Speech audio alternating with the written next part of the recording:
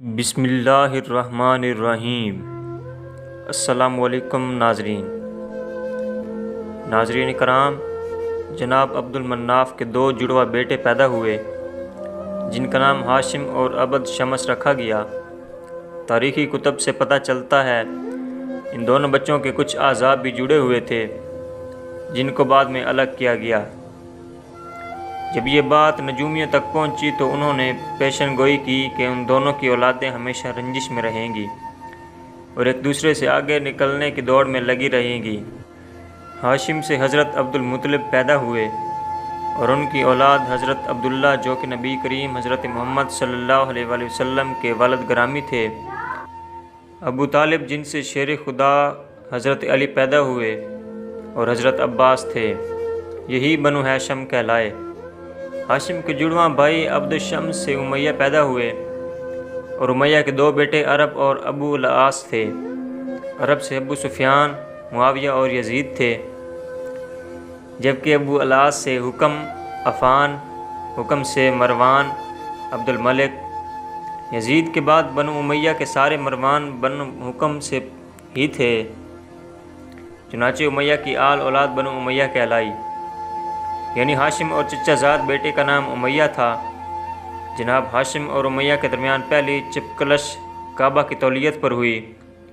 اسی طرح حضرت عبد المطلب ابن ہاشم اور ہراب ابن امیہ میں ساری زندگی جنگ کی سی کیفیت رہی جو کہ تمام تاریخی کتب میں موجود ہے، لیکن مکہ میں بنو ہاشم ایک دینی گھرانے سے مشہور ہوئے کیونکہ انہی کے پاس کعبہ کی تولیت تھی، جبکہ بنو امیہ مکہ کے دیگر قبائل پر اپنی جنگی قابلیت کی وجہ سے حکمرانی میں رہنے لگے۔ اسی طرح جب بنو ہاشم میں سے حضرت محمد صلی اللہ علیہ وآلہ وسلم نے نبوت کا اعلان فرمایا تو اکثر بنو امیہ کے لوگوں نے یہ کہہ کر ان کو ماننے سے انکار کیا کہ اگر نبوت ہوتی تو وہ ہمارے خاندان میں ہوتی۔ جنگ بدر اور جنگ صفین بنو ہاشم اور بنو امیہ کے درمیان ہی لڑی گئیں۔ یزید نے 60 ہجری میں 30 سال کی عمر میں مسرد خلافت سنبھالی تو مدینے کے حاکم کو خط لکھا کہ مدینے میں موجود صاحب کرام لوگوں سے میری بیعت لو، خاص کر حضرت حسین، حضرت عبداللہ بن عمر، حضرت عبد الرحمن بن ابی بکر اور حضرت عبداللہ بن زبیر سے۔ اگر انہوں نے بیعت سے انکار کیا تو ہر طرح کی سختی سے کام لیا جائے گا۔ ان تینوں اصحاب رسول صلی اللہ علیہ وآلہ وسلم اور حضرت امام حسین نے یزید کی بیعت سے انکار کر دیا۔ یزید کی حکومت اسلامی اصولوں کے مطابق نہ تھی، لیکن یزید دن رات اسی تگ و دو میں لگا رہا کہ کسی طرح نواسے رسول صلی اللہ علیہ وآلہ وسلم سے بیعت حاصل کر لے، کیونکہ ان کی بیعت نہ کرنے سے کبھی بھی اس کی حکومت سنبھل نہ پائے گی۔ جب مدینے میں حالات خراب ہونے لگے، شر اور فساد پھیلنے کا خطرہ بڑھا تو امام علی مقام نے مدینے سے ہجرت کا ارادہ کر لیا۔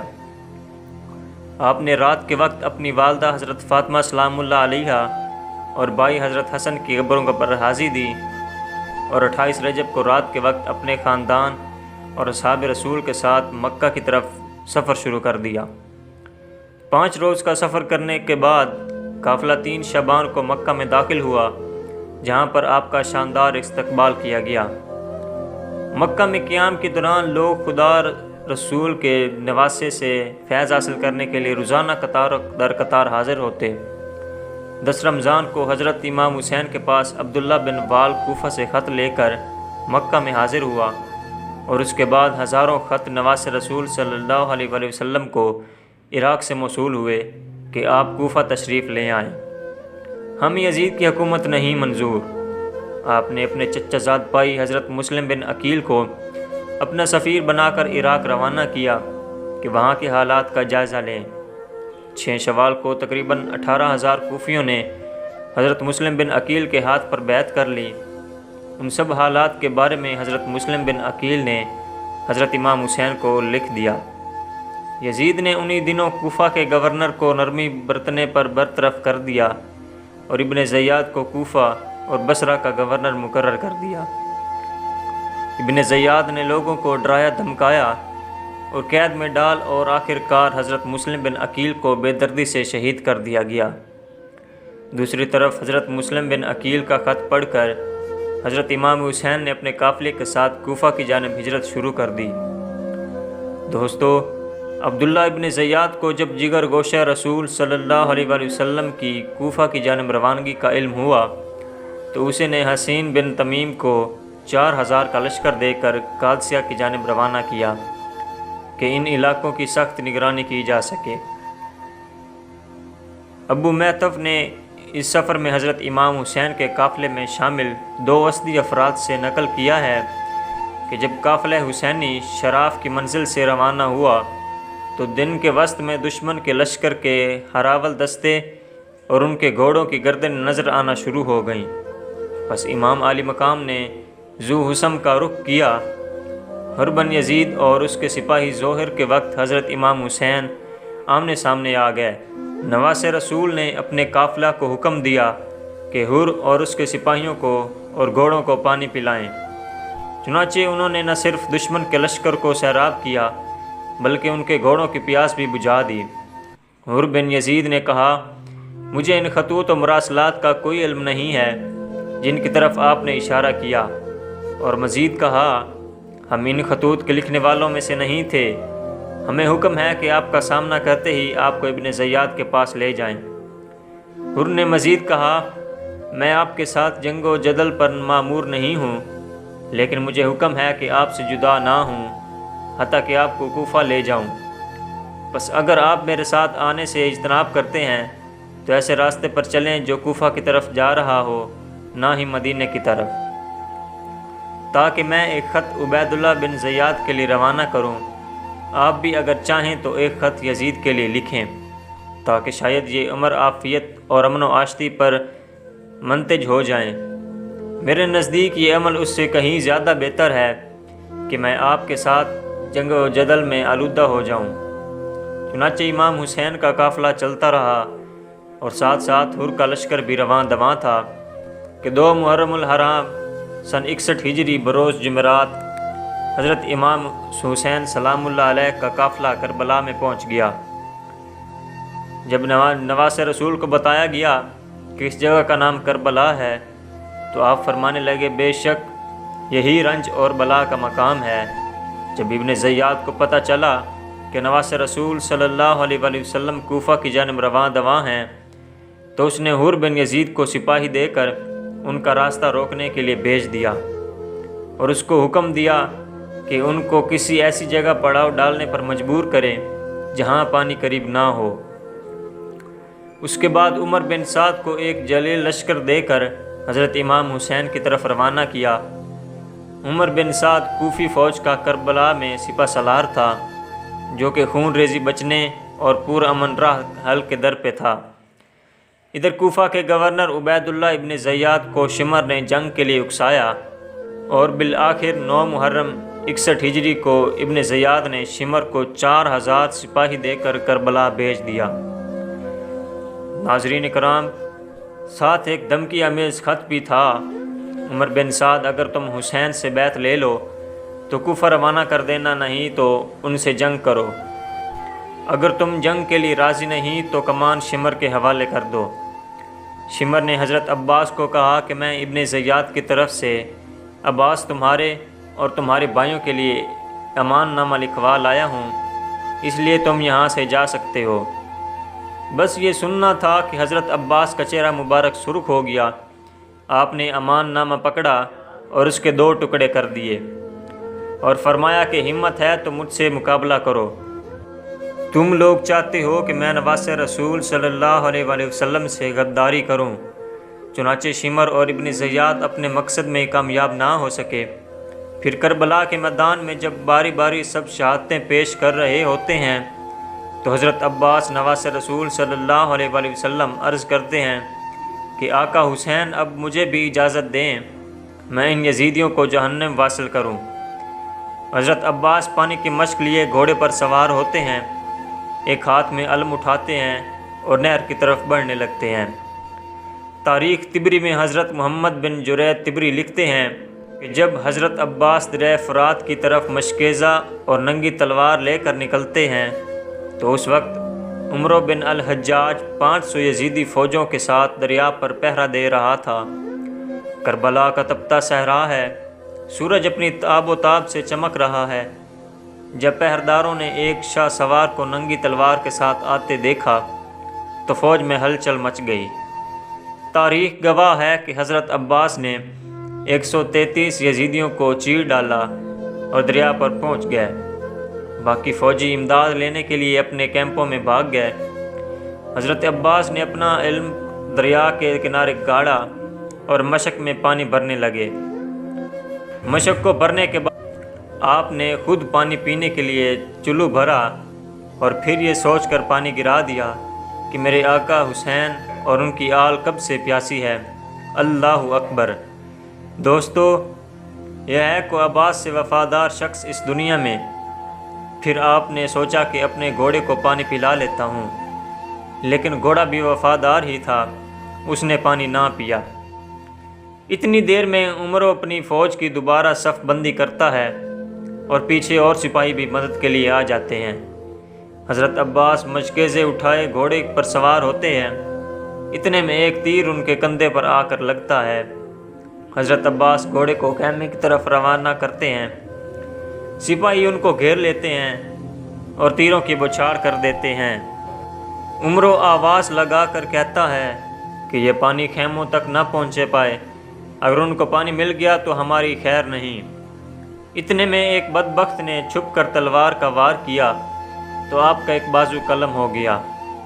آپ پانی کا مشکیزہ دوسرے ہاتھ میں ہاتھ پکڑتے ہیں، پھر دوسرے بازو پر بھی وار ہوتا ہے اور دوسرا بازو بھی قلم ہو جاتا ہے۔ اس کے بعد جناب عباس پانی کا مشکیزہ منہ میں پکڑ لیتے ہیں، پھر سب یکجا ہو کر تیر برساتے ہیں، پانی کے مشکیزہ کو بھی لگتے ہیں اور پانی بہہ جاتا ہے۔ جیسے ہی پانی بہتا ہے تو میرے آقا کی آنکھوں میں بھی آنسو آ جاتے ہیں، وہ گھوڑے سے نکل گر جاتے ہیں، تیروں سے نڈھال ہو جاتے ہیں۔ دوستو، یزیدی فوج فتح کے نعرے لگاتے ہوئے واپس ہو جاتے ہیں۔ جب امام حسین حضرت عباس کو گرتا دیکھتے ہیں تو ان کی طرف بڑھتے ہیں اور آ کر حضرت عباس کا سر مبارک اپنی گود میں لے لیتے ہیں۔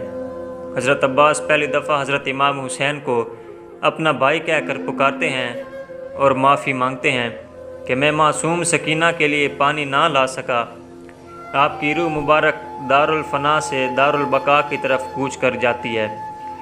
ابو الفرج اصفہانی اس طرح روایت نقل کرتے ہیں کہ علی اکبر جب میدان میں جاتے ہیں تو امام عالی مقام حضرت حسین فرماتے ہیں، اے اللہ گواہ رہنا، ابھی جو جوان میدان میں گیا ہے وہ تمام لوگوں میں سب سے زیادہ رسول خدا سے مشابہ ہے، اسے جلد سے جلد اپنے نانا رسول خدا کے ہاتھوں جام کوثر سے سیراب کرنا۔ نواس رسول حضرت امام حسین مقتل کی طرف بڑھے کہ اپنے بیٹے کی جنگ کا نظارہ کریں، وہ دشمن پر کس طرح جپتا ہے، لیکن یہ لشکر یزید میں اتنا گرد و غبار چھایا ہوا تھا کہ امام علی مقام داد شجاعت دیتے ہوئے علی اکبر کو نہ دیکھ سکے۔ امام علی مقام آرزو مند تھے کہ دیکھیں میرا بیٹا کس طرح راہ حق میں استقامت کا کو گراں ثابت ہوتا ہے، کس طرح یزیدی لشکر پر وار کرتا ہے۔ شجاعت حیدری کے پیکر علی اکبر برق رات بن کر یزیدی عساکر پر حملے کر رہے تھے، صفے کے صفے الٹ رہے تھے۔ لشکر یزید جس طرف دوڑتا، امام علی مقام سمجھ جاتے کہ علی اکبر اس طرف داد شجاعت دے رہا ہے۔ اسی طرح سمتوں کا تعین ہوتا رہا، یزیدی سپاہی واصل جہنم ہوتے رہے۔ علی اکبر مردانہ وار جنگ کر رہے تھے، 3 دن کے پیاسے تھے، گرد و غبار سے فائدہ اٹھا کر گھوڑے کو ایڑی لگا کر واپس آئے۔ عرض کی ابا جان، اگر ایک گھونٹ پانی مل جائے تو تازہ دم ہو کر بدبختوں پر حملہ کروں۔ فرمایا بیٹا، میں تمہیں پانی تو نہیں دے سکتا، میری زبان کو چوس لو۔ امام علی مقام رضی اللہ تعالیٰ عنہ کی اپنی زبان خشک ہے۔ امام علی مقام نے اپنی زبان مبارک علی اکبر کے منہ میں ڈال دی کہ بیٹا اسی طرح نانا جان اپنی زبان میرے منہ میں ڈالا کرتے تھے، شاید وہ میرے منہ میں اپنی زبان آج کے دن کے لیے ڈالتے تھے۔ علی اکبر نے اپنے بابا کی سوکھی ہوئی زبان چوسی، ایک نیا حوصلہ اور ولولہ ملا، پلٹ کر اپنی لشکر یزید پر حملہ کیا اور بہت سے دشمنوں کو جہنم واصل کیا۔ اچانک لڑتے لڑتے آواز دی، ابا جان مجھے تھام لیجئے۔ حضرت امام حسین رضی اللہ تعالیٰ عنہ سمجھ گئے کہ جوان سال بیٹے کی شہادت کی گھڑی آ گئی ہے۔ دوڑ کر علی اکبر کی طرف آئے۔ قریب ہو کر دیکھا تو ہم شکل پیغمبر علی اکبر زمین پر تھے۔ لشکر یزید کے کسی بدبخت سپاہی کی برچھی علی اکبر کے سینے میں پیوست ہو چکی تھی۔ یزیدی لشکر جیت کے نعرے بلند کرتے ہوئے واپس لوٹ گئے۔ امام علی مقام زمین پر بیٹھ گئے، اپنے زخمی بیٹے کو بوسہ لیا۔ جسم زخموں سے چور ہے، کوئی جگہ نہیں جہاں تلوار کا نشان نہ ہو۔ حضرت علی اکبر نے کہا، ابا جان، اگر یہ برچھی میرے سینے سے نکال دیں تو پھر دشمن پر حملہ کروں۔ امام علی مقام نے ایک دفعہ بیٹے کے سینے میں لگی برچھی کو دیکھا اور ایک دفعہ آسمان کی طرف نظریں اٹھائیں، جیسے کہہ رہی ہوں کہ یہ کام تو بیٹے پر چھری چلانے سے بھی زیادہ مشکل ہے۔ لیکن تاریخ گواہ ہے کہ حضرت امام نے اپنے بیٹے شہیبہ مصطفیٰ شہزادہ علی اکبر کے سینے سے جب برچھی نکالی تو خون کا فوارہ آپ کے چہرہ اطہر پر پڑا۔ ادھر شہزادہ نے آخری آہ بھری اور روح قفس انصری سے پرواز کر گئی۔ دوستو، شیر خدا کے شیر اپنے تمام اثاثے لٹانے کے بعد خود گھوڑے پر سوار ہوتے ہیں۔ حضرت بی بی زینب رکاب تھامتی ہیں۔ یزیدی لشکر جب تلوار حیدری کو میدان میں دیکھتے ہیں تو ایک دفعہ ہلچل مچ جاتی ہے۔ وہاں موجود ہر شخص جانتا ہے کہ نبی صلی اللہ علیہ وآلہ وسلم نے فرمایا تھا، حسین مجھ سے ہے اور میں حسین سے ہوں۔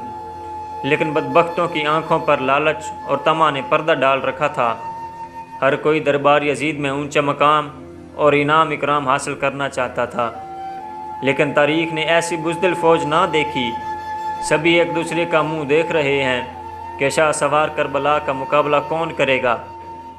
جیسے ہی امام علی مقام میدان کی طرف بڑھتے ہیں تو شمر کہتا ہے، دور ہی سے تیر چلانا شروع کر دو۔ امام علی مقام کو تیر لگ چکے ہیں۔ شمشیر حیدری پر پورا لشکر یک بارگی سے حملہ کر آور ہوتا ہے۔ خوف کے مارے فوجیوں کی گردنیں کٹ رہی ہیں۔ سینکڑوں یزیدی فوج جہنم واصل کرنے کے بعد نواس رسول صلی اللہ علیہ وآلہ وسلم نماز پڑھنے کی مہلت مانگتے ہیں۔ یہی وہ وقت تھا کہ جب شمر کے جوش دلانے پر مالک کندی نے پیچھے سے ایک ایسا وار کیا، شمر ملعون کے کہنے پر سب نے تیروں کی برسات کر دی۔ خولی بن یزید نواس رسول صلی اللہ علیہ وآلہ وسلم کا سر کاٹنے کے لیے آگے بڑھا، لیکن ہاتھ کانپ گئے۔ پھر شقی القلب بدبخت اور ذلیل سنان بن انس آگے بڑھا اور انعام اکرام کی لالچ میں امام علی مقام کا سر تن سے جدا کیا۔ ملعون ابن زیاد کے حکم پر تمام سر نیزوں پر چڑھا دیے گئے اور جسم اطہر کو گھوڑوں کی ٹاپوں تلے پامال کیا گیا۔ سانحہ کربلا کے بعد عمر بن سعد نے اپنے لشکر میں سے قتل ہونے والوں کو 11 محرم کو دفن کیا۔ سید زادوں اور اصحاب کے 72 جسد مبارک بے گور و کفن چھوڑ کر اور اہل بیت کو قیدی بنا کر کوفہ کی طرف دربار ابن زیاد کی طرف بڑھنے لگا۔ اللہ اکبر۔ دوستو، تاریخ گواہ ہے کہ شہادت کے 3 دن بعد 13 محرم کو مقام غازر سے یہ قبیلہ بنی اسد سے خوتین دریائے فرات پر پانی لینے آئیں تو انہوں نے بغیر سروں کے جسموں کو بکھرے دیکھا تو سب کی چیخیں نکل گئیں۔ واپس گھروں کو لوٹی اور اپنے مردوں کو بتایا کہ خاندان نبوت کی لاشیں بکھری پڑی ہیں، ہمیں ان کو دفنانا چاہیے۔ چنانچہ کچھ مرد ان کے ساتھ میدان کربلا پہنچے اور قبریں کھودنا شروع کر دیں۔ انہوں نے ایک گھوڑا سوار شخص کی ہدایات کے مطابق ان کو دفن کیا۔ نواس رسول صلی اللہ علیہ وآلہ وسلم، اہل بیت اور اصحاب کے سر مبارک نیزوں پر ہیں۔